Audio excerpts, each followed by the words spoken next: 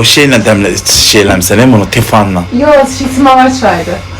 Tam gəlir tefanla. Mən tefanla çalışmıram ama. Hətta mağazadır, burada nə ola bilər çaydı?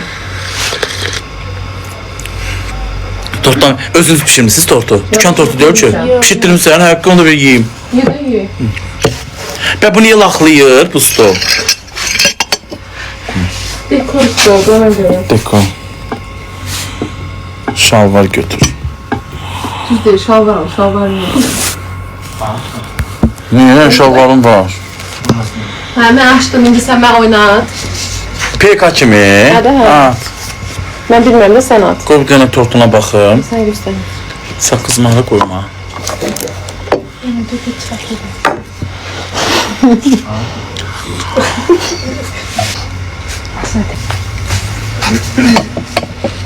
Ulumu yoktu be.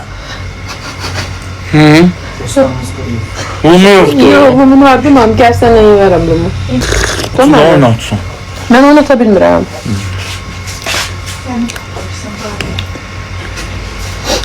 Hoş gəlmisiniz.